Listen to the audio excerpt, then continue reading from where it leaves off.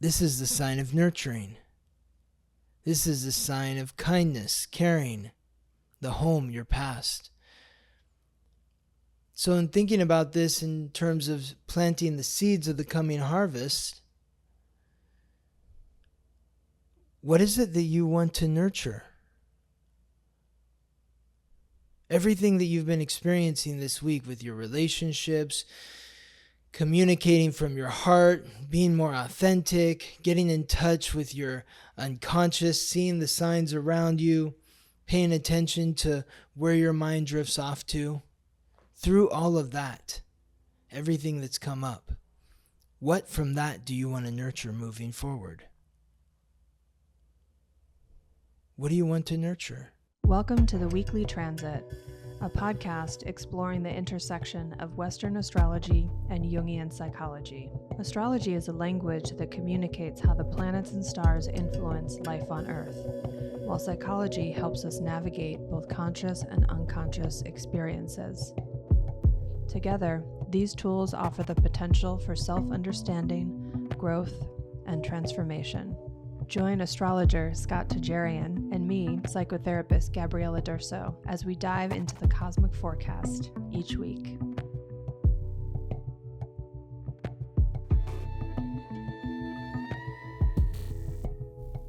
Welcome to the Weekly Transit. This is the week of July 1st through the 7th. Hi, Gabriella. Hi, Scott. This week we're highlighting the new moon in Cancer and Mercury in Leo, amongst many other transits.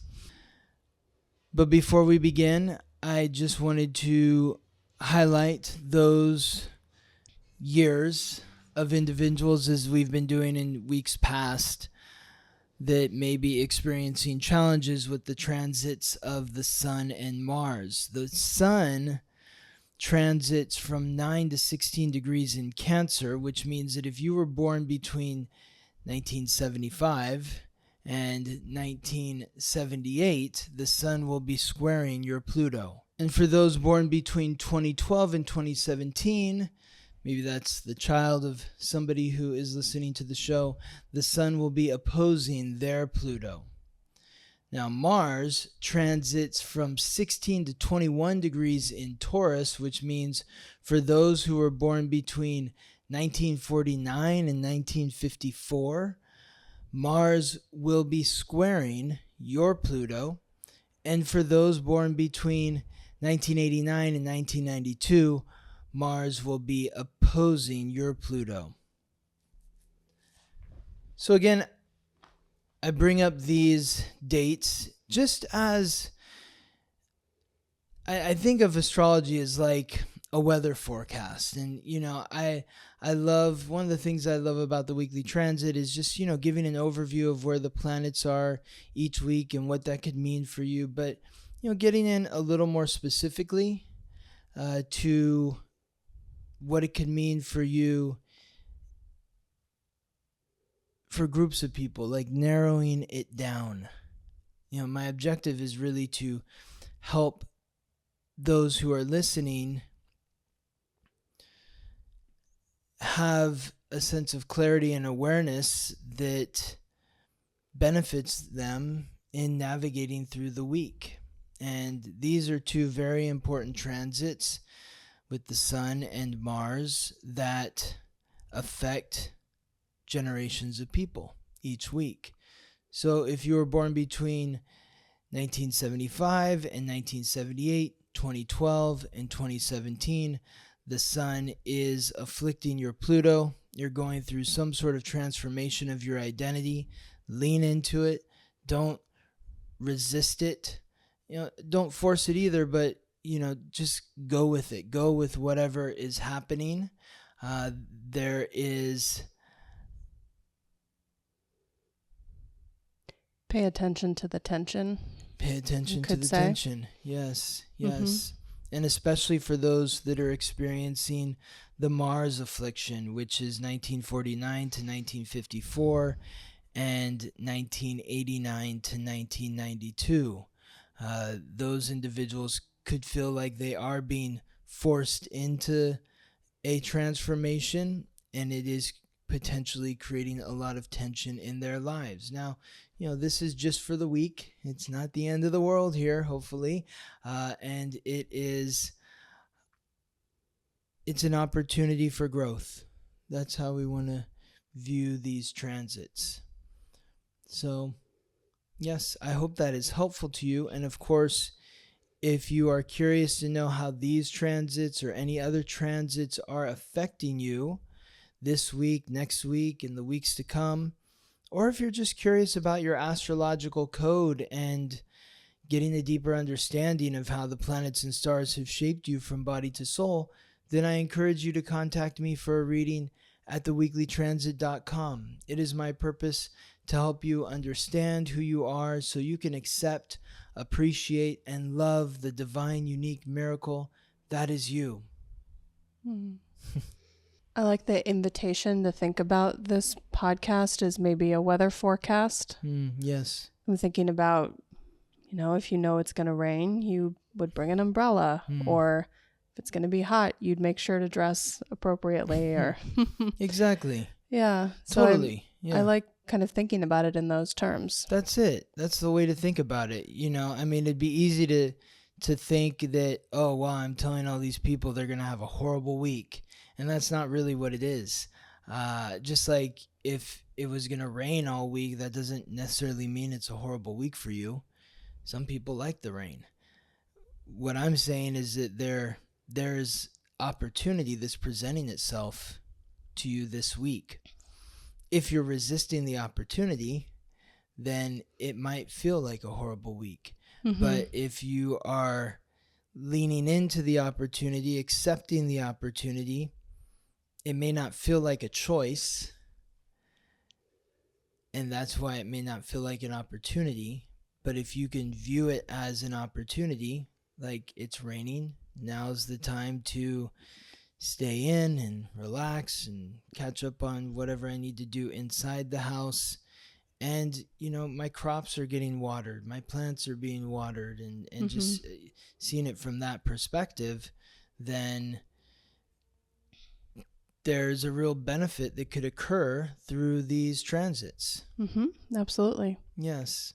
And all the transits are ever doing, to begin with, if you are experiencing a very difficult week, whether you are born under the years that I just mentioned or not, you're experiencing a challenging week. What I find most likely is because you're in your south node and the planets are pushing you to get into your north node. And so that is an area for everyone who's listening to have a clear understanding and awareness of, because the more that you are following your north node, the wider the road through life will feel for you. The more that you are in your south node frequency, the more you may find that you are struggling. That's a good reminder. Yes, thank you. People ask me all the time, when are the transits going to get better? And I'm like, that's up to you.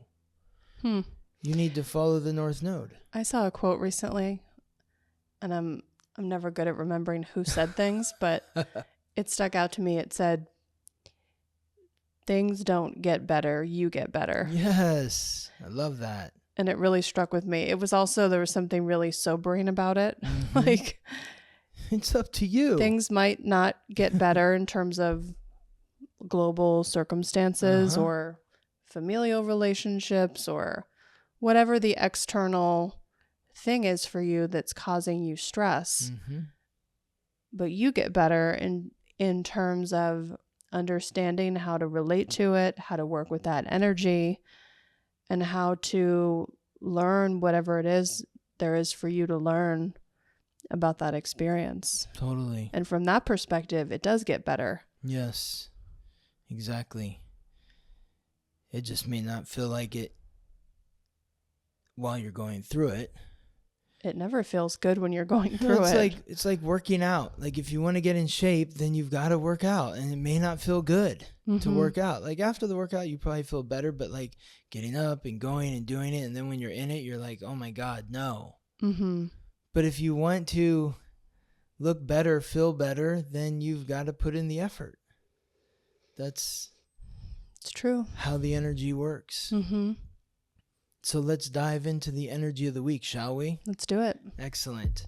The first transit of the week involves the sun, the giver of light, life, and vitality, transiting through the cardinal water sign symbolized by the crab, Cancer, forming a square, a stressful aspect, with the North Node, which is the karmic pathway of the soul or soul's purpose, transiting retrograde through the cardinal fire sign symbolized by the ram, Aries. This is from Sunday, June 30th to Wednesday, July 3rd, with an exact square occurring on Tuesday, July 2nd. So the sun is bringing that light, life, and vitality to Cancer. Cancer represents your roots, your upbringing, your childhood, the ones who raised and nurtured you, your ancestors. It's your past. So the sun is bringing that vital light to your past, to your roots, to your home life, but it's squaring off against the North Node in Aries. So the North Node in Aries is encouraging all of us, as it has for the last year. It's been encouraging all of us to answer this simple question to ask, but maybe difficult to answer. Who am I? Who am I? Who are you? And you add that sun in Cancer, and it says, where do you come from? How are you the individual that you are right now? Who are you and where do you come from? What is the origin that made you the individual that you are? And a lot of people, like if you were somebody who was born with the North Node in Aries, there may be challenges with having that sense of self, being able to advocate for oneself courageously, confidently, to be authentic in all situations. This is something that everyone is being challenged with right now. So with the sun squaring the North Node from Cancer, we may have to take a hard look at our past. Mm-hmm. I also hear in this invitation maybe a question of who was I versus who am I now versus who would I like to be? Love that. Like a bit of a past, present, future. Yeah. Kind of a exploration. Mm-hmm. Absolutely. That's a great point. Who was I? Who am I now? And who am I going to be moving forward? Mm-hmm. I think we have a tendency to think with identity that we have to be one thing our whole lives. Mm-hmm. We place so much value, for whatever reason, I'm not sure why, but we place a lot of value, it seems, on consistency in terms of personality and behavior. And I'm not sure how consistent we're really meant to be as human beings, because we live under these cycles of the moon. Yep. The moon rules Cancer. Mm-hmm. The moon is waxing or waning. Mm-hmm. It's changing every day. Yes. And yet we have this pressure for some reason that we're carrying, that we have to be the same, that we have to be these perfectly kind of stoic individuals, that we're never supposed to change. Our bodies have to look the same as they did, in high school or college or whatever the fantasy is about that. Yes. Yes. Like all we have, when we look at the solar system, Mm-hmm. it's all about change, right? The planets are always moving, and yet we're not able to necessarily invite internal change or external change in the same way, it seems. Yes. So that's something that's always kind of puzzled me about kind of maybe our associations. What do you mean? This association that consistency is really what we're striving for at all times. Right. Yes. Maybe that's because that's the challenge. It's challenging to stay consistent. But what you're saying is we should be more attuned to evolving and adapting and changing. Yeah, I think we have a relationship. Maybe, I don't know, we had a comment last week from one of our listeners who was talking about clearing out his closet, kind of going through his closet and just recognizing that certain things maybe didn't fit him anymore, maybe not physically, but sort of didn't fit his personality in some way. And so he donated them. And I think maybe on a larger scale, we can think more about what are we letting go of in terms of our identity. And what are we replacing it with? Yeah. I mean, I think it's all a balance, right? I mean,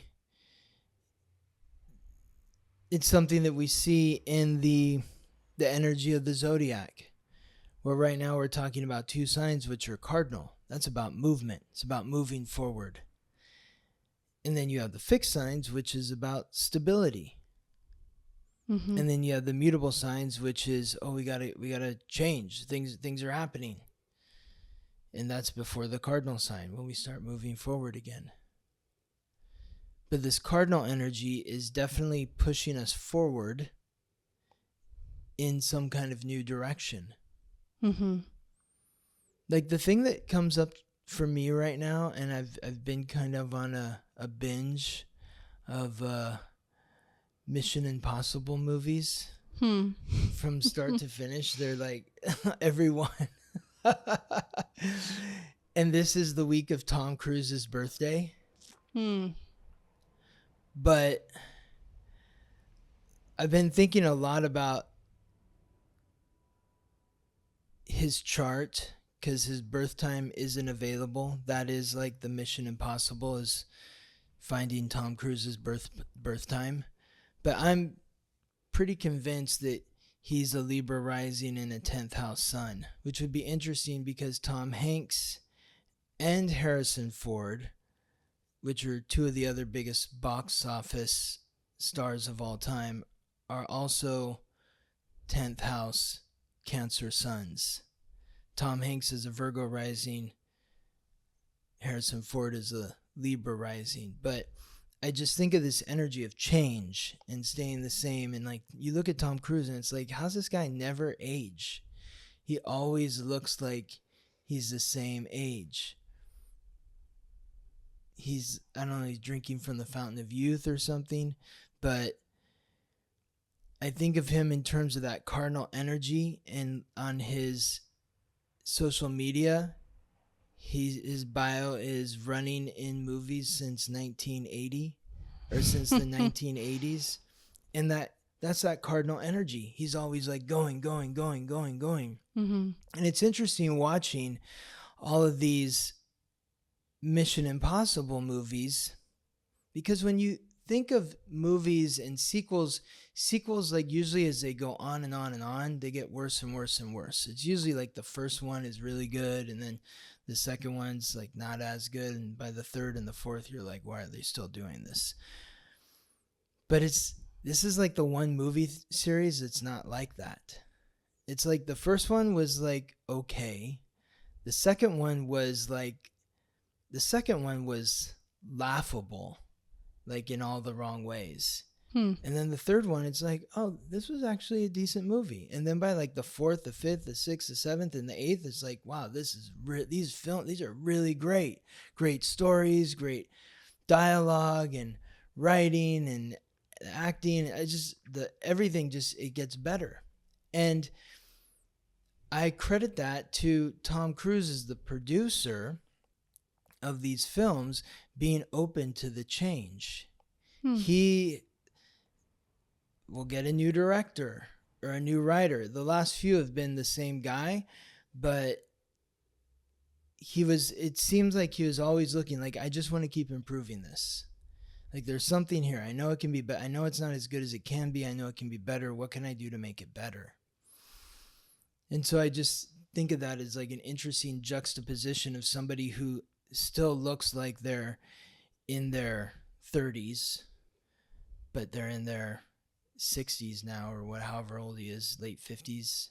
He's probably in his 60s. He's going to be this year, I think he's going to be 62. Hmm. He doesn't look like he's 62, but it shows that he is open to changing. So I wonder if that is Well, maybe he's like open to changing in some ways. Yeah, in some ways. It sounds exactly. like. Exactly. Yeah. I truly think that the most loving thing we can do for ourselves and for our loved ones is to allow them to change, is to allow ourselves to change from a place of inward directed growth versus trying to change someone from the outside. Right. Yeah, that's it. Yeah, you have to want to change in order to. You can't do it for someone else. Mm-hmm. That's inauthentic. And this Aries energy is about authenticity. Mm-hmm. It's about who do you want to be, not who does somebody else want you to be. That's the South Node in Libra right now. That's what we need to leave behind. Is that energy of like, well, I need to be this way because my best friend or my partner, my girlfriend, boyfriend, husband, wife, blah, blah, blah, all of that. No, that is what we want to release. We want to focus on this is who I am. And if you like it, great. If you don't, great. There's a lot of people out there that will like me for who I am. This is one of the big reasons why couples come to couples therapy, typically in the first place, because each person wants the other one to show up differently in some way, typically. Yes, that makes sense. And that's, to your point, it's not necessarily conducive to real change because it's not coming from each individual's own sort of inner system that's desiring the change. It's this external pressure, and it's energetically can be challenging to work with. Yes, so if two people show up to a couples therapy and they want the other person to change, what they need to end up learning in the end is that they need to accept each other for who they are. Is that more of the goal? Or it's probably more complex than that, than you can sum up. Well, the longer I do this work, the more I'm convinced that some of the most fundamental work of therapy is learning to accept the parts of yourself that you can't change, maybe the more fixed aspects of your personality, learning to accept, and like you said, to love the divine, unique miracle that we are individually. And then also to take a really honest look at what are the parts of yourself that you can meaningfully shift, adjust, improve, change, and then the wisdom to know maybe the difference between the two.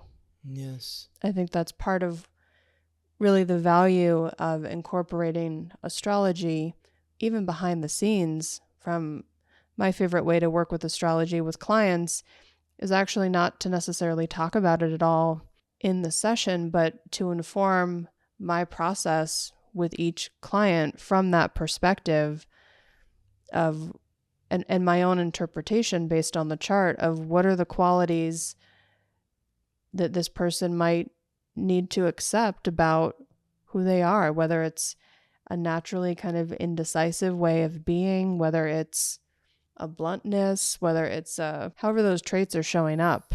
Yeah, it kind of gives you like a insight into them that you can use to help them on their path. Right. If a client Right. If a client comes in with a moon in Libra, for example, then their emotional nature is going to tend towards a weighing of the emotions. And possibly an emotional indecision, like a desire to really need to kind of look at all angles of an issue and really sort of sit with it. And there could be some difficulty accepting that personality trait. Yeah. And then I would say it is more of the trajectory of the south to the north node that indicates maybe where the change is actually occurring for that person. Yes, that makes sense.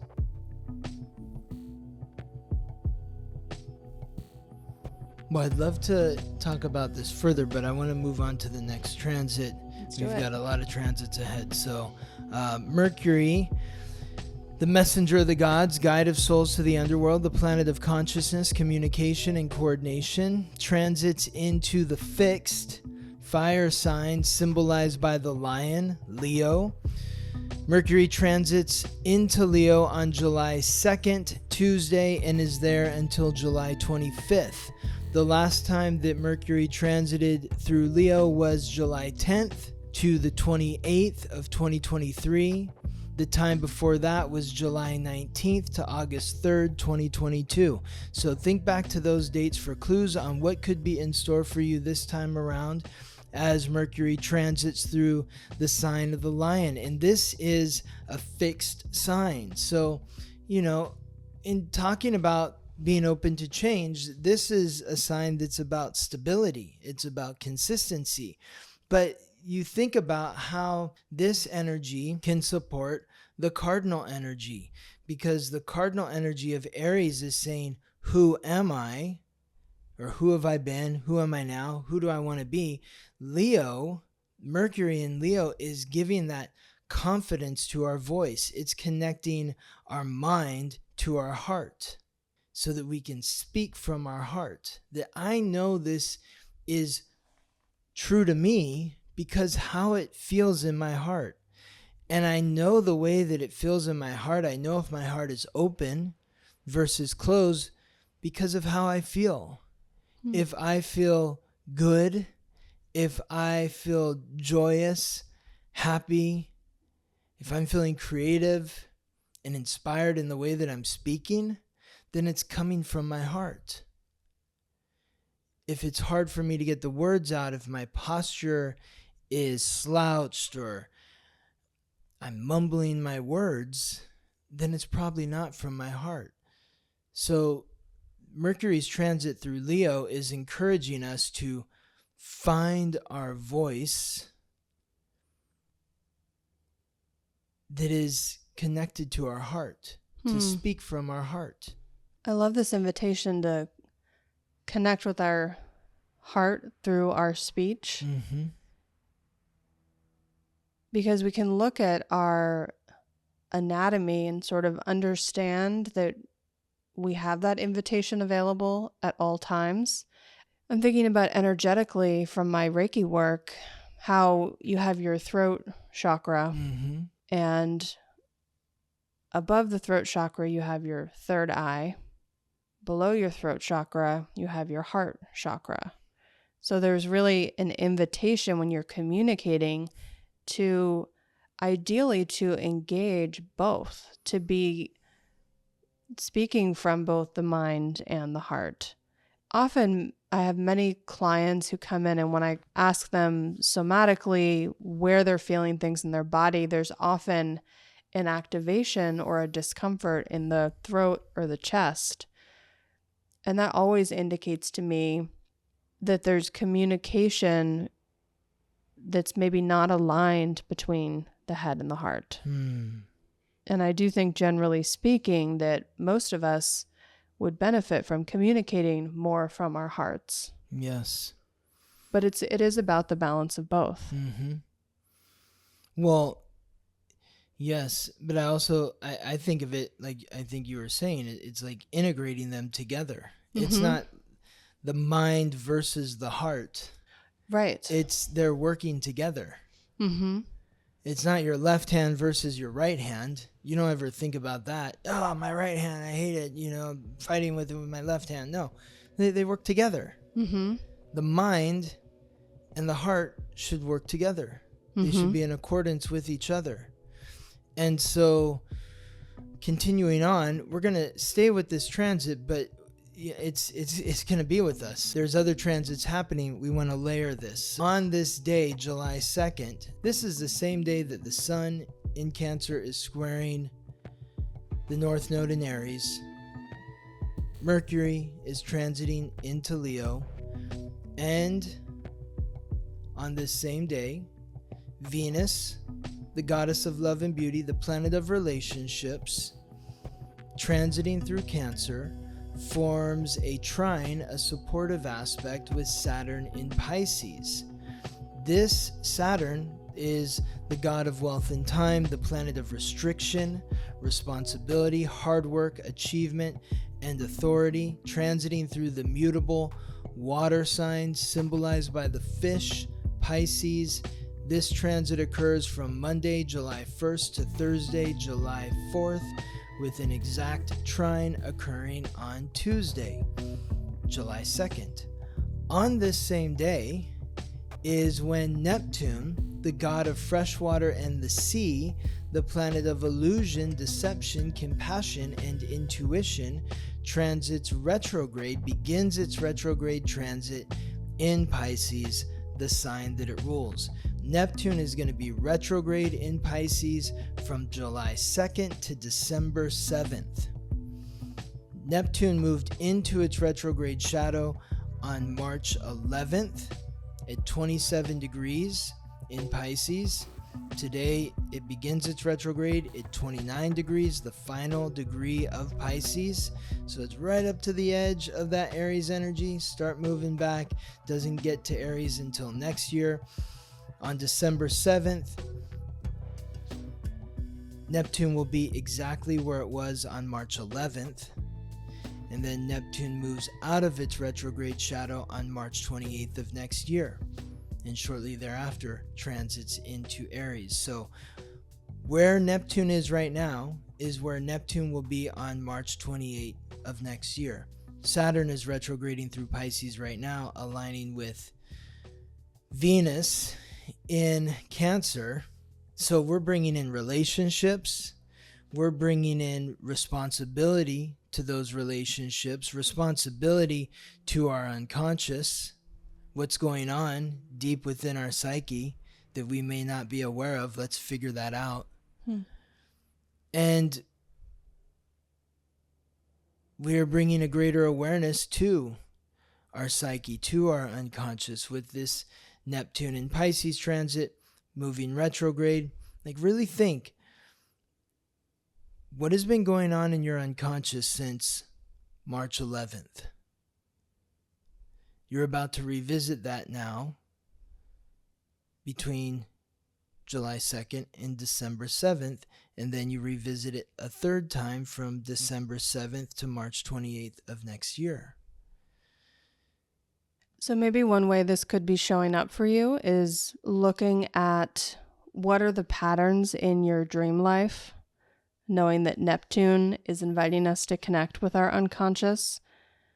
And when planets move retrograde, that there's some sort of revisiting that we're doing, reviewing maybe that material again. So this could be a time to pay attention to maybe recurring dreams or maybe recurring themes in dreams as they relate to relationships, kind of paying extra attention to the dream space, but also noticing synchronicities, which we've spoken a little bit about. Synchronicities are those events that seem like coincidences that we can't meaningfully connect them. Like you might have several conversations in a week where someone says the same phrase to you or mentions the same book or movie, or there's some sort of a kind of that experience for me, a little bit of deja vu. And that can be the voice of the unconscious as well, coming through. Right, because it's like you're seeing the same thing, or three different people mention the same phrase or the same word.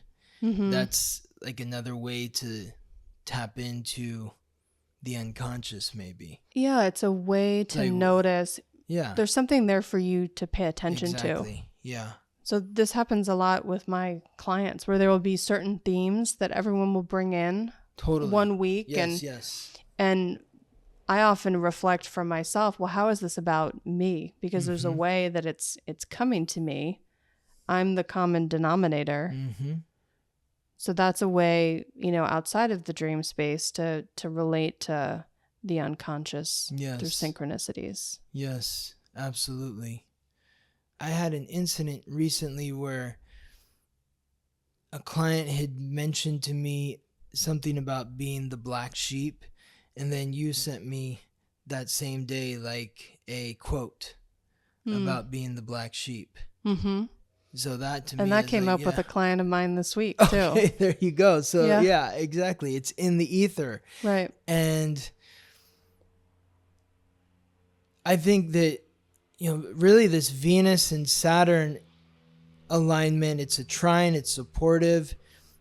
When you think about that, all these transits, the sun in Cancer squaring the North Node in Aries, Mercury in Leo, Venus in Cancer, trine Saturn in Pisces, and Neptune retrograde in Pisces, all 4 of those transits are occurring on Tuesday, July 2nd. It feels like this is really juicy. The opportunity is to be clear about who you are, not only with yourself, but in your relationships, and taking responsibility for paying attention to what is going on around you or within you. Like when you say reoccurring dreams, I've had reoccurring dreams in the past, but I think it's also important to maybe take a broader perspective at reoccurring dreams, because I may not have the exact same dream over and over again, but I do have dreams consistently where I am having the same experience.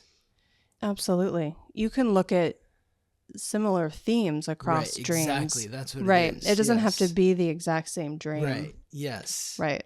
So I think that's a good way to put it to those who are listening. Or what are the themes? What are the reoccurring themes of your dreams?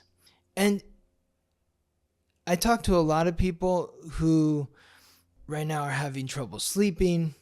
I feel like sleep is a challenge. That's Saturn in Pisces. I think it's creating challenges with getting that rest because it's the planet of restriction, and Pisces is the planet of dreams.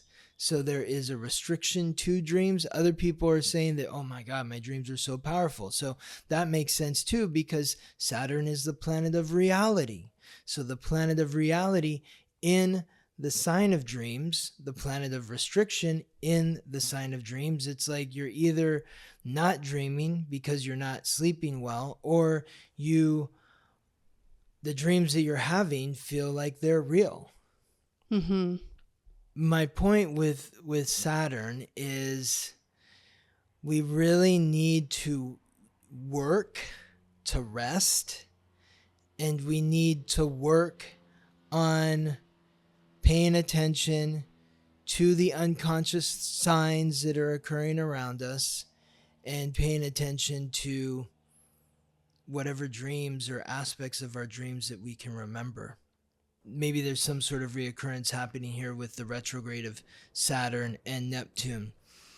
I also want to point out that Neptune transiting retrograde from 29 to 27 degrees in Pisces, look in your astrological code. What is in earth signs, water signs, or mutable signs that is around 27 to 29 degrees?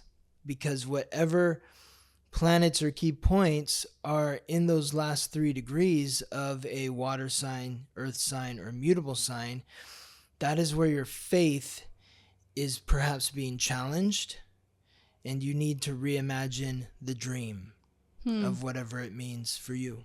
I also want to mention something that's coming to me to share around Neptune and Pisces, really beyond the dream space, even though that's a really important area for us to give our attention, but also to look at the role of maybe our daydreams or our waking fantasies, because there can be information for us there too. Thank you. With Yes. the Neptune and Pisces, I think, where do you go when you're sort of drifting off?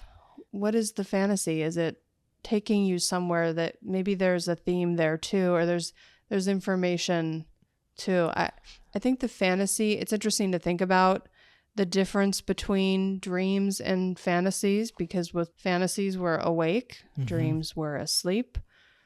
But it feels to me like that is a co-creation. A fantasy is a co-creation of some sort between our conscious mind and our unconscious.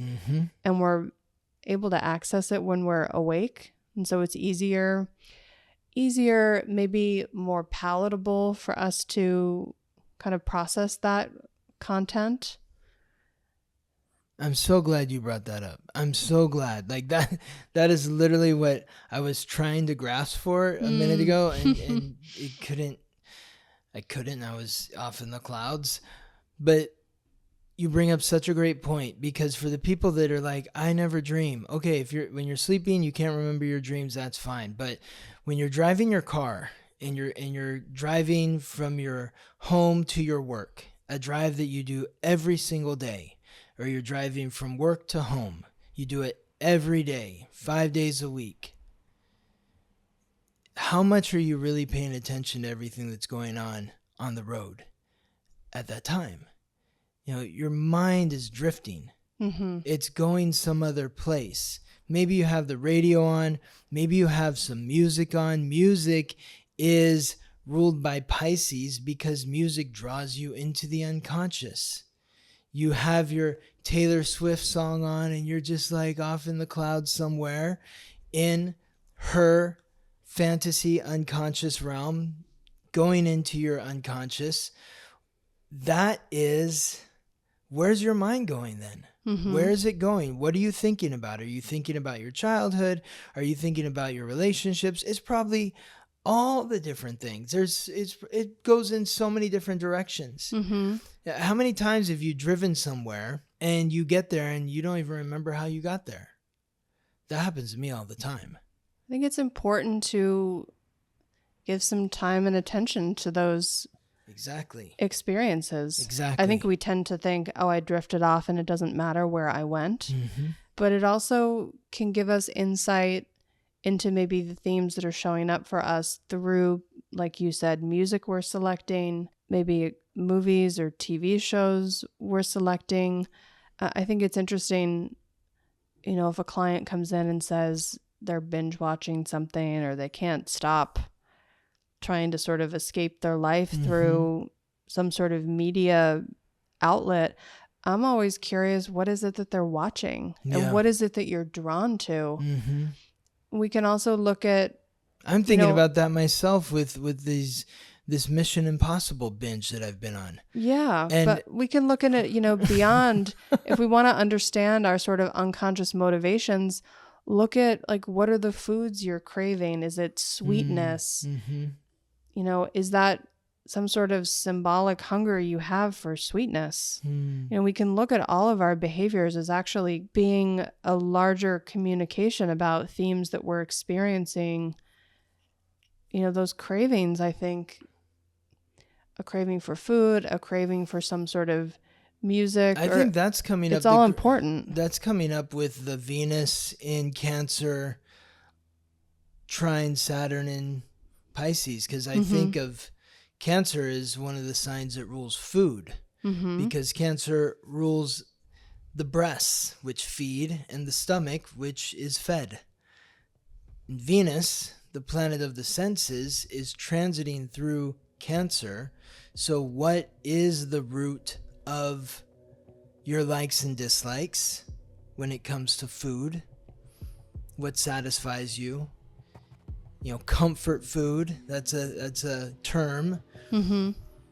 Oh, this was my grandma's favorite recipe that I loved. And, this is what that Venus in Cancer energy can be about. And then aligning with Saturn in Pisces, it's connecting that thread to your unconscious thoughts, or where your mind drifts off to. So those are all great examples for how to connect with the unconscious beyond just the literal way to do that through dreams. Absolutely. Yeah. Yes. Great point. So as we continue through the week,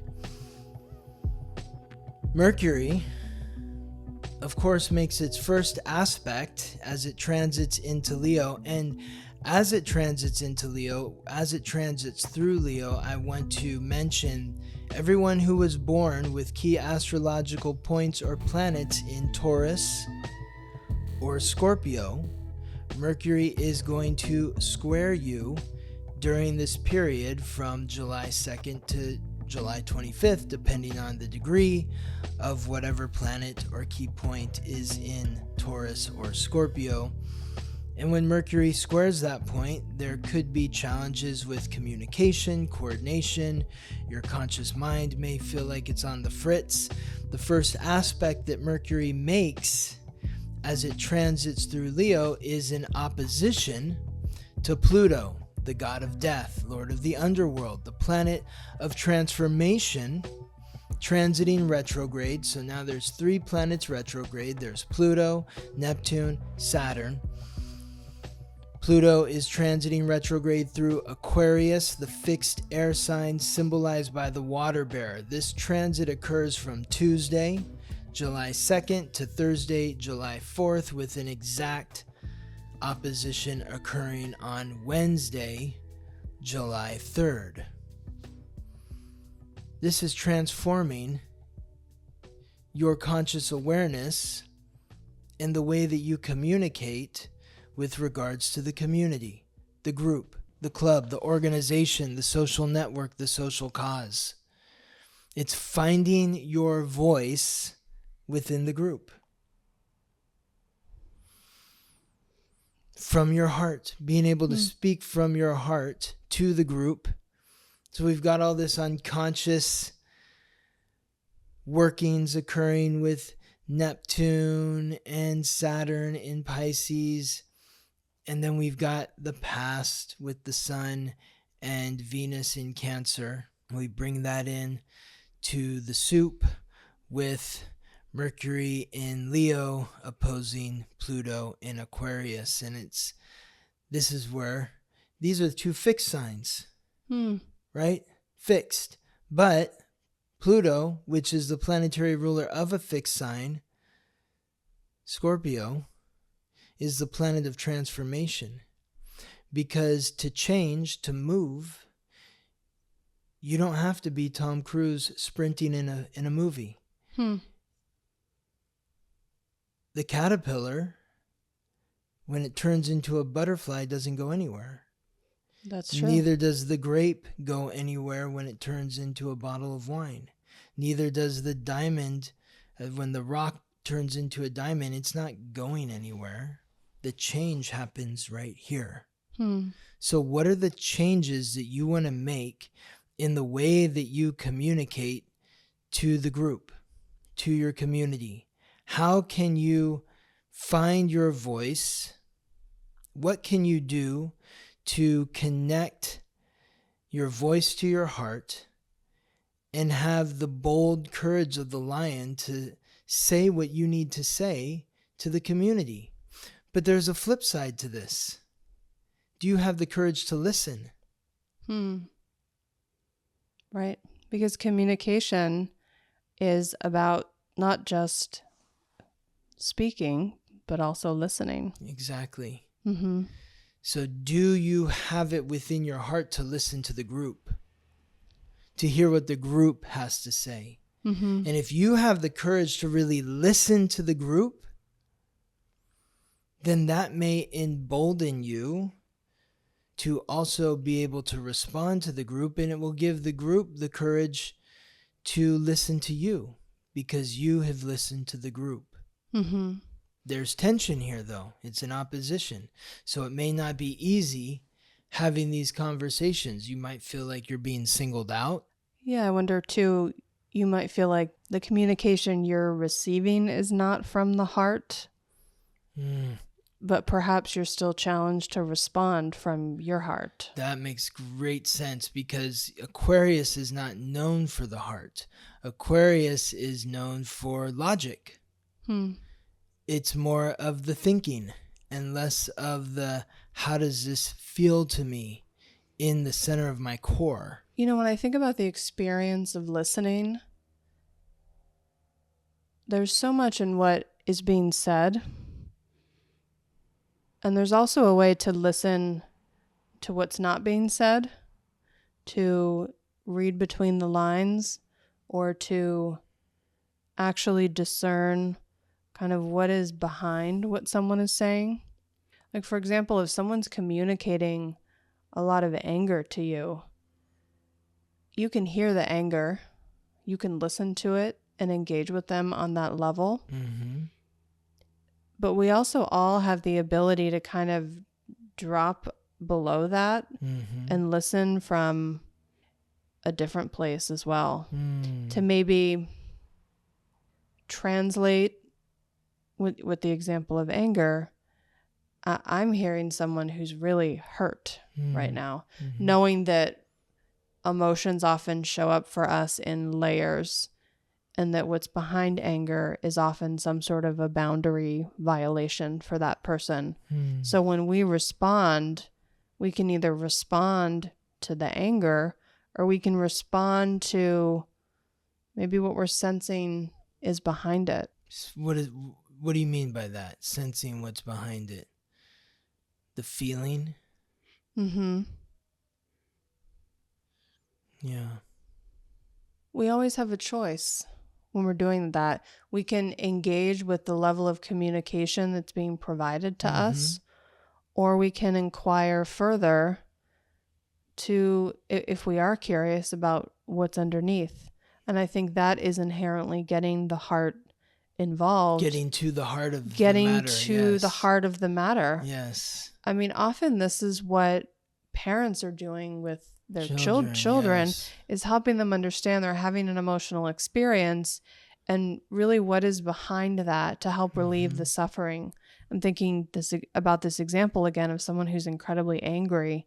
For some reason, I feel like that could be coming up, that there could be anger communication that needs to be sort of transmuted or translated into something else. Yes. I guess what I'm trying to highlight here is that communication is not just a three-dimensional exchange.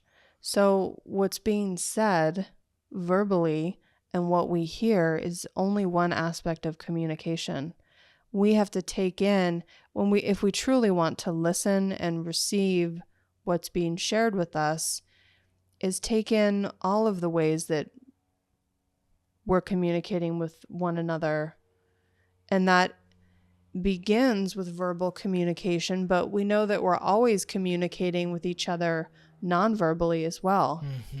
So engaging with someone's posture, their facial expressions, their energy, the tone of their voice. That's why text messaging, even though text messaging there's tones, some people use a lot of emojis, or some people are all caps, or a lot of people these days seem like younger people, it seems like they do all lowercase, which is, it's just so interesting. But I feel like texting is the hardest form of communication, because you're reading somebody else's words through your own filter. You're not hearing the sound. You're not seeing their face. Right. You're missing the nuance of these other ways that we're communicating with one another all the time. Yes. I guess in essence, maybe what we're trying to say is, in finding sort of this marriage between the head and the heart, that perhaps when we're listening, we need to employ both. Yes.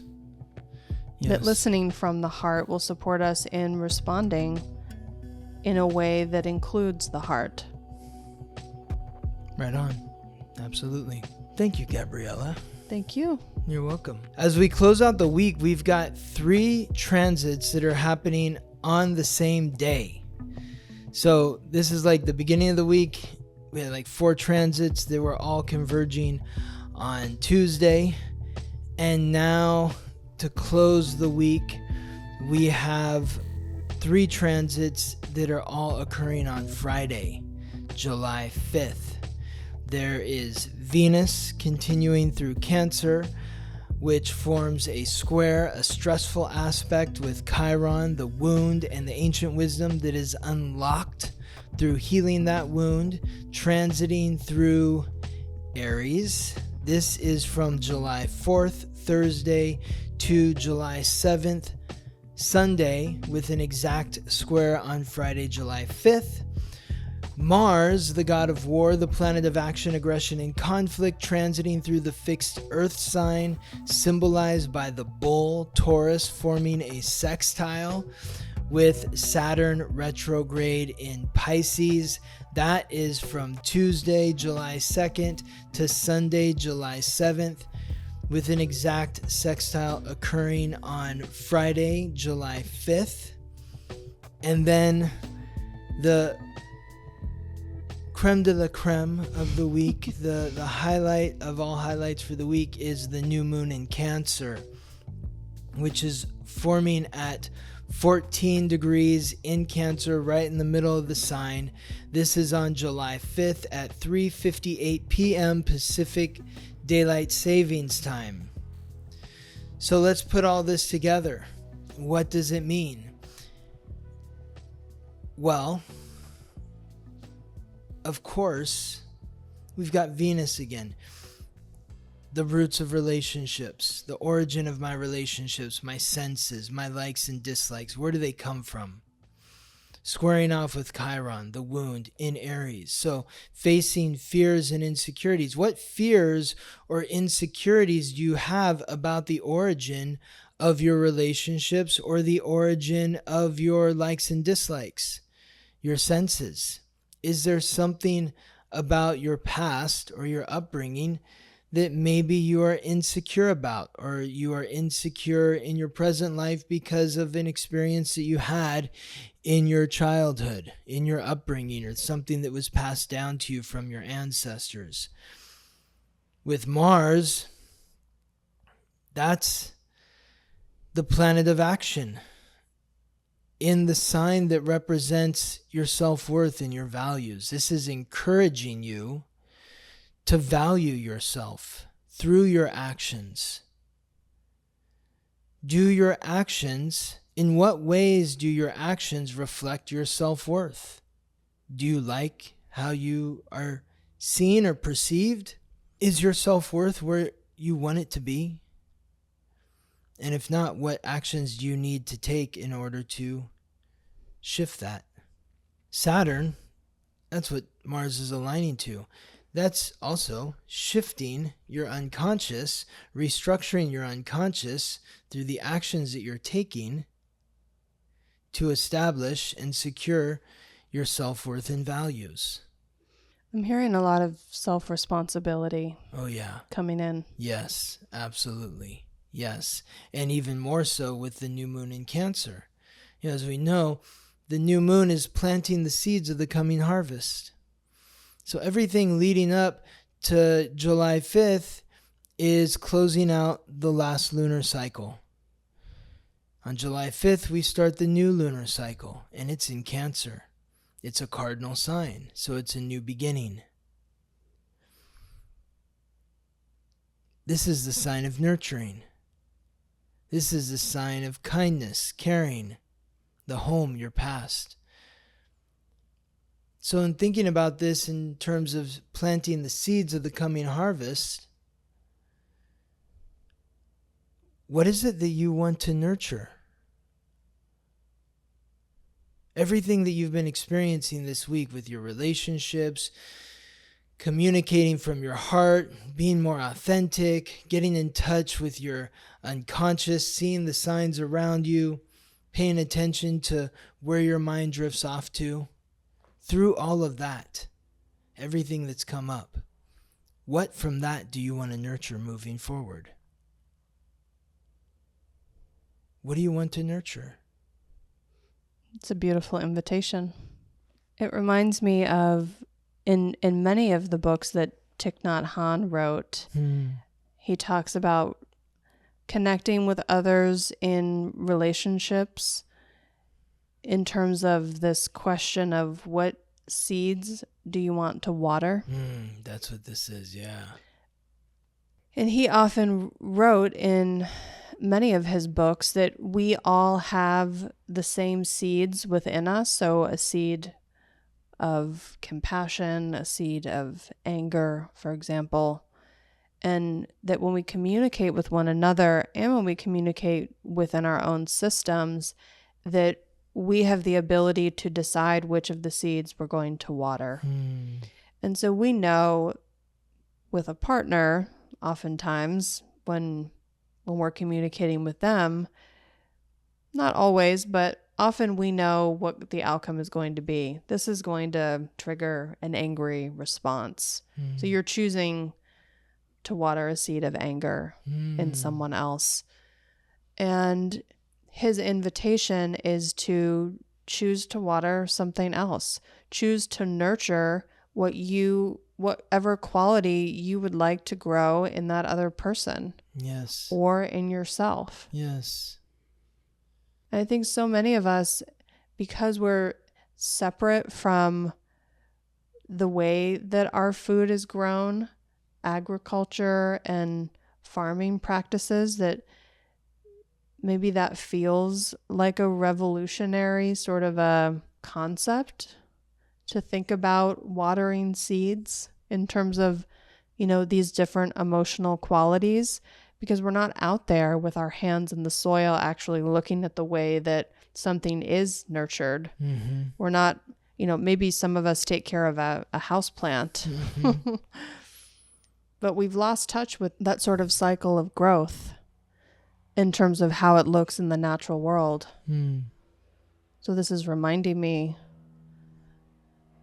of maybe that invitation. Yes, for sure. Another metaphor could be, what cake do you want to bake? What do you want to cook tonight? Takes a little time.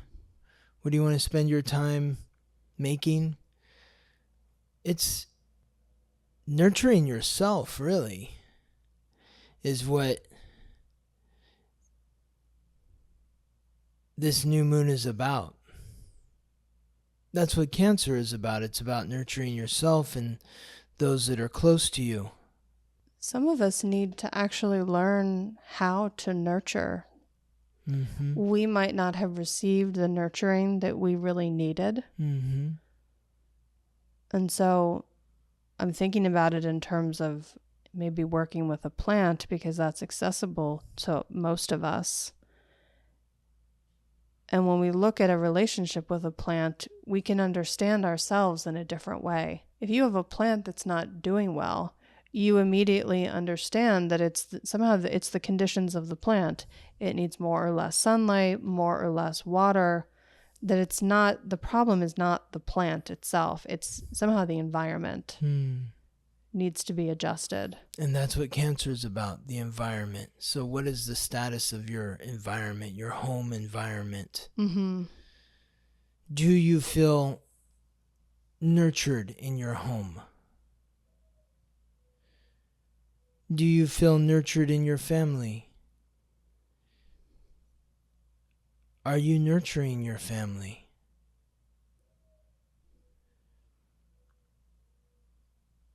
Even these questions can bring up a lot of emotions, which is also Cancer. Right. And so set your intentions to reflect upon your past, where you come from, how you grew up, how you were raised, your ancestry. And what is it about those relationships, that experience, that you want to continue to nurture moving forward? Or is it something new completely?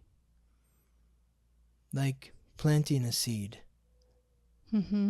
Just to have that experience of watching something grow. And seeing how long it really does take. Yes. Like we had these mourning doves that came to visit and nest in our back patio. and they were eggs, and less than a month later, they were birds that flew away. They flew away today. Pretty remarkable. Yes. But it's fun to see how they were nurtured by their parents. So how do you want to nurture? How do you want to be nurtured? And how do you want to nurture? Who do you want to nurture? Who do you want to nurture you? These are some questions to ask yourself during this new moon in Cancer. And of course, if you're curious to know how the next lunar cycle will be affecting you directly, I encourage you to enroll in my moon cycle classes at theweeklytransit.com, where we will be discussing the new moon in Leo and the full moon in Aquarius. And if you're someone who feels maybe overwhelmed by some of the questions we're asking in this podcast related to your astrological chart, if you only focused on one planet to really look at in terms of how it's affecting you, wouldn't you say the moon would be the one to choose? Yes, it's your emotions. The moon it's the roots of who you are. It's, for myself, with understanding my own moon, it really helps me process how I navigate life. It is why I do enjoy watching films and movies and music, and, as a Pisces moon, and deeply, deeply empathic when it comes to the emotions of those that I'm emotionally tied to. Because I know that, like, if you're upset, I'm going to be upset. And so it's a real challenge for me to find that space between what you're feeling and what I'm feeling. Is it actually what I'm feeling, or am I feeling it because it's what I'm feeling from you? The moon just gives such depth to understanding yourself. And when the moon is in Cancer, the sign that it rules, the new moon in Cancer, this is the moon back home. The sun's in Cancer. Venus is in Cancer. And this is a highly, highly sensitive time. We are very, very sensitive. And the emotions are going to be flowing all over the place. So we can also think, too, in inviting more of a relationship with our unconscious, that when we're asleep, when we're dreaming, that we are under the influence of the moon. So one way, maybe if you're new to astrology, or new to wanting to develop a relationship with the unconscious, is to try one of these moon cycle classes and to think of it as an invitation into this realm and see what it could open up for you. Yes. In terms of not only your emotional nature, but this unconscious side of because when yourself. Because when you're reacting from your emotions, you're not thinking about it. It's just happening. Right. It's like your emotions are tapped in, and it's like, no, I just freaked out, so I got emotional. And there's going to be a lot of that, it feels like, right now during this Cancer season. But what's the invitation there? It's you're being invited to get in touch with your feelings. So part of this new moon in Cancer is setting your intentions to get in touch with your feelings, to understand your emotions. Right. Yes. Yeah, it's some deep work. Definitely. Thank you, Gabriella. Thank you. You're welcome. Our question today comes from Amanda. Hey, Scott and Gabriella. My birth chart has Venus at 9 degrees Gemini. Every year I notice when Venus moves over that degree, I'm wondering what I might expect with Jupiter moving into Gemini for a year plus. Awesome. Thank you, Amanda, for your question. And this is the perfect time to answer this question for Amanda. So I hope you are hearing this. But this week, you're asking, every year I notice when Venus moves over that degree, 9 degrees Gemini, I'm wondering what it might expect from Jupiter moving into Gemini for a year. So great. Jupiter's in Gemini for a year, but just as you said, every year you notice when Venus moves over that degree. And Venus is at like 28 degrees in Gemini. It's really not doing much for your Venus at 9 degrees in Gemini. Same with Jupiter. Just because Jupiter's in Gemini for a year doesn't mean that your Venus is feeling that Jupiter energy for the entire year. When you are going to feel that Jupiter energy is when it is near that 9 degree. And Jupiter is actually transiting at 9 degrees in Gemini from June 29th to July 14th. So this is the week right now we're talking about July 1st through the 7th. So this week, Jupiter is at 9 degrees in Gemini. It's conjunct your Venus. So hopefully what that means is this is like a lucky couple weeks for you where you are feeling very abundant in terms of your relationships, like you're getting everything that you want from your partners, whether it's friends, lovers, business partners. You feel that lightness, you feel that expansiveness. This is the time to really take that leap of faith. Take that leap of faith in your close personal relationships. You're with a partner right now. Let's drive to Vegas. Let's say I do. Maybe I'm joking, maybe I'm not. I don't know. I mean, like to get married, to make a commitment to somebody when Jupiter is conjunct your Venus, that feels very auspicious to me. So this is the time for faith and for abundance, for expansion in relationships, in your senses, your likes and dislikes, your sense of love. What do you love and what do you want to expand? Mm-hmm. What is it that you love, and how do you want whatever it is you love to be expanded? I'm also thinking too about what is it that you want to communicate in relationships too, sure. Since Gemini communication is about communication. Yep. What do you want to learn? Mm-hmm. What questions do you have? Exactly. Yes.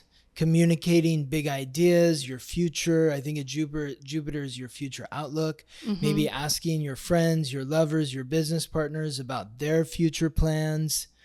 So you want to bring in that communication wrinkle with the Gemini energy, listening, learning, connecting, but thinking about big picture, future. Mm-hmm. Where do I want to be by the time Jupiter moves out of Gemini in a year? Where do I want this relationship to be? What are my plans? Because when Jupiter moves into Cancer next year, it's going to be about taking all those ideas, all those seeds that you were talking about with Thich Nhat Hanh, and deciding which ones you want to water, which ones do you want to nurture. Mm-hmm. So this is about making those plans so that by the time we get a year from now where we have a clearer idea about what it is we want to nurture. Beautiful. Awesome. Well, thank you, Gabriella. Thank you, Scott. You're welcome. And thank you to all of our listeners. We'll look forward to seeing you next week. See you then. Thank you for listening to the Weekly Transit. If you're curious to learn how these transits or any others may be affecting you, or if you are interested in learning more about your astrological code, contact me for a reading at theweeklytransit.com. If you're interested in delving into the world of psychotherapy with Gabriella, you can connect with her at innervisionpsychotherapy.com. This episode was produced by me, Scott Tajarian. Music written by Ben Leinbach from Listen Deep by Amber Herzog Lyman. Wishing you all the best as you ride the planetary waves.